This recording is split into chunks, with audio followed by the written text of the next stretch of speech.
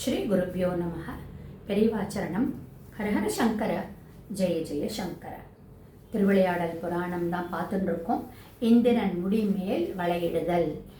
இந்த சேர சோழ பாண்டியர்கள் பூதவுடலோட தேவலோகம் போகிறா. தேவேந்திரன் வந்து அவனுக்கு சமமான ஆசனம் கொடுக்காம ஒரு தாழ்ந்த ஆசனத்தில் உட்கார சொல்கிறான். சேரனும் சோழனும் வேறு வழி இல்லாமல் ராஜாக்கள் உட்காந்துடுறா. உக்ரபாண்டியன் மட்டும் தேவேந்திரனுக்கு சமமாக இருக்கக்கூடிய சேரில் போய் உட்காந்துக்கிறான். அப்போ இவனுக்கு ஆத்திரம், தேவேந்திரனுக்கு ஆத்திரம் இன்னும் ஜாஸ்தியாகுது. அந்த ஆத்திரத்தை அப்படியே மறைச்சுண்டு, என்னத்துக்காக வந்திருக்கீங்க? இந்த மாதிரி மழையே இல்லை, இந்த மாதிரி அகஸ்தியர் சொன்னார், நாங்கள் உங்களை தேடின்னு வந்திருக்கோம், எப்படியாவது எங்களுக்கு ஒரு நாடினுடைய நீர்நிலைகள் தான் ஆதாரமாக இருக்குது, ஸோ எங்கள் மக்களும் ஜீவராசிகளும் அவஸ்தைப்படுறா, நீங்கள் மழை பொழிய ஏற்பாடு பண்ணணும், தண்ணி வேணும் எங்களுக்கு, உடனே ஆகுக, அப்படியே ஆகுக அப்படின்னு சொல்லி இவன் தேவேந்திரன் வந்து பிளஸ் பண்ணுற மாதிரி அனுப்பிச்சுடுறான். இன்க்ளூடிங் உக்ரபாண்டியனுக்கும் ஓகே அப்படின்ற மாதிரி அனுப்பிடும். இவன் 3 பேர் திரும்பி அவளோட நாட்டுக்கு போகிறா. சேரனுடைய நாட்டிலையும் சோழனோட நாட்டிலையும் இம்மீடியட்டாக வருண பகவானுடைய கடாட்சத்தினால அவ 2 நாட்டிலையும் மழை பொழிய ஆரம்பிச்சுடுத்து. உக்ரபாண்டியன் தேவேந்திரனுக்கு சமமாக ஆசனத்தை போட்டு உட்காண்டதுனால அவனுக்கு இன்னும் ஆங்கிரி ஜாஸ்தியானதுனால இந்திரன் வருண பகவான் கிட்டக்க மழை பொழியறதுக்கு ஆர்டர் கொடுக்கல. அப்போ என்ன ஆகுது? பாண்டிய நாடு மறுபடியும் வறட்சியில் தான் இருக்குது.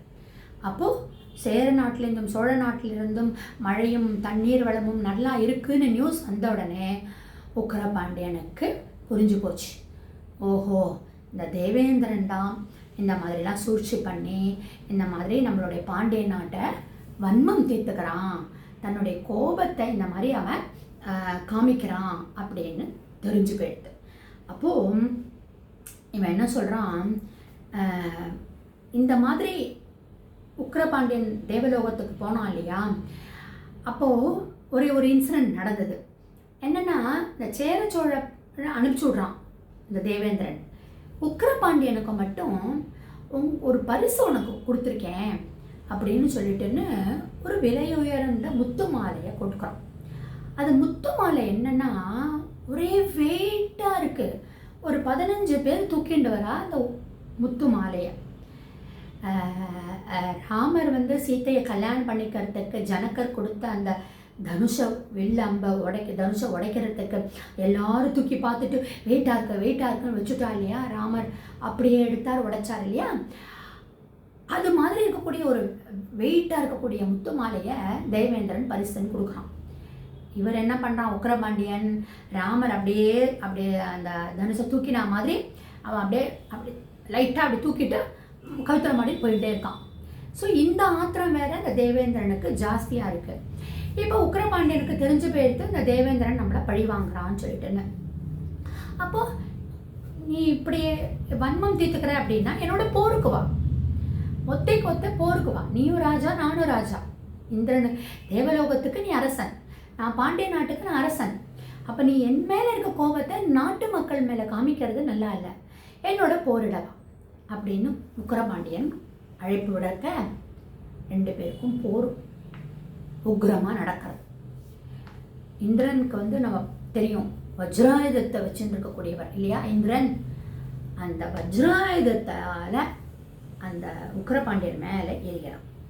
இந்த மாதிரி பவர்ஃபுல் அஸ்திரங்கள் எல்லாம் இந்திரன் ஒன்று மேலே அடிச்சுட்டே இருக்கான். உக்ரபாண்டியன் எல்லாத்துலேயுமே இவன் தகர்த்தெறிஞ்சுட்டே வரான்.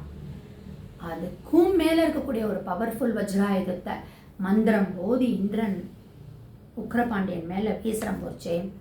என்ன பண்ணுறான், உக்ரபாண்டியன் சொக்கநாதரை மனசில் நினச்சிண்டு தன்னுடைய அப்பா தனக்கு கொடுத்த வளை ஆயுதம்னு பேர் அது, அந்த வளை ஆயுதத்தை சொக்கநாதரையும் தன்னுடைய அப்பாவையும் நினச்சிண்டு அந்த உக்ரபாண்டியன் அதை அப்படி வீச என்ன ஆகுதுன்னா, இந்திரனுடைய மணி முடி அப்படியே தகர்ந்து விழுந்துடுது. ஒரு ராஜாவுக்கு வந்து கிரீடம் ரொம்ப முக்கியம். அந்த கிரீடம் விழுந்துடுத்து அப்படின்னாலே அவன் தோற்று போயிட்டான் தான் அர்த்தம், அவன் டிஃபீட்டடுன்னு தான் அர்த்தம். அதுவும் இல்லாமல் தலைமையில இருக்கக்கூடிய கணத்தை, இந்திரனுடைய தலை கணத்தை தூள் தூளா ஆக்கிடுறான் உக்கிரபாண்டியன். அந்த ஈகோவை, அவனுடைய மணி முடிய அடித்து, இந்திரனுடைய மணி முடிய வளை ஆயுதத்தால் உடைச்சு அவனுடைய ஈகோவையும் தலகணத்தையும் போக்கிடுறான். அப்போது ஓடி போய் தேவேந்திரன், சொக்கநாதா என்னை காப்பாற்று அப்படின்னு தஞ்சவர். அப்போது சொக்கநாதர் அவனுக்கு ஒரு தகுந்த பாடத்தை கொடுத்து, இனிமேல் இந்த மாதிரி ஒரு எப்படி நடந்துக்கணும், எத்தனை தான் நீ தேவ பதவி அடைஞ்சாலும், எத்தனை தான் நீ தேவலோகத்துக்கு ஒரு இந்திரனாக இருந்தாலும், ஒரு ராஜாவாக இருந்தாலும், அதிபதியாக இருந்தாலும், உனக்கு இருக்கக்கூடிய ஒரு உனக்குன்னு ஒரு கெப்பாசிட்டி இருக்குது, உனக்குன்னு ஒரு ஆட்டிடியூட் இருக்குது, அதில் நீ தலகணம் இருக்கக்கூடாது அப்படிங்கிறத இந்த உக்கிரபாண்டியன் இந்திரனுடைய முடி மேலே வளை ஆயுதத்தை எரிஞ்சு அவனுடைய தலகணத்தையும் போக்கின சொக்கநாதருடைய ஒரு திருவிளையாடலாக உக்கிரபாண்டியன் மூலமாக நடந்து, இந்த திருவிளையாடல் மூலயமா நம்ம அட் எனி காஸ்ட் அந்த தலகணம் இருக்கக்கூடாது அப்படிங்கிறது தான் நம்மளுக்கு ஒரு செய்தியாக இதனுடைய கதை மூலயமா நம்மளுக்கு தெரிஞ்சுக்கணும்.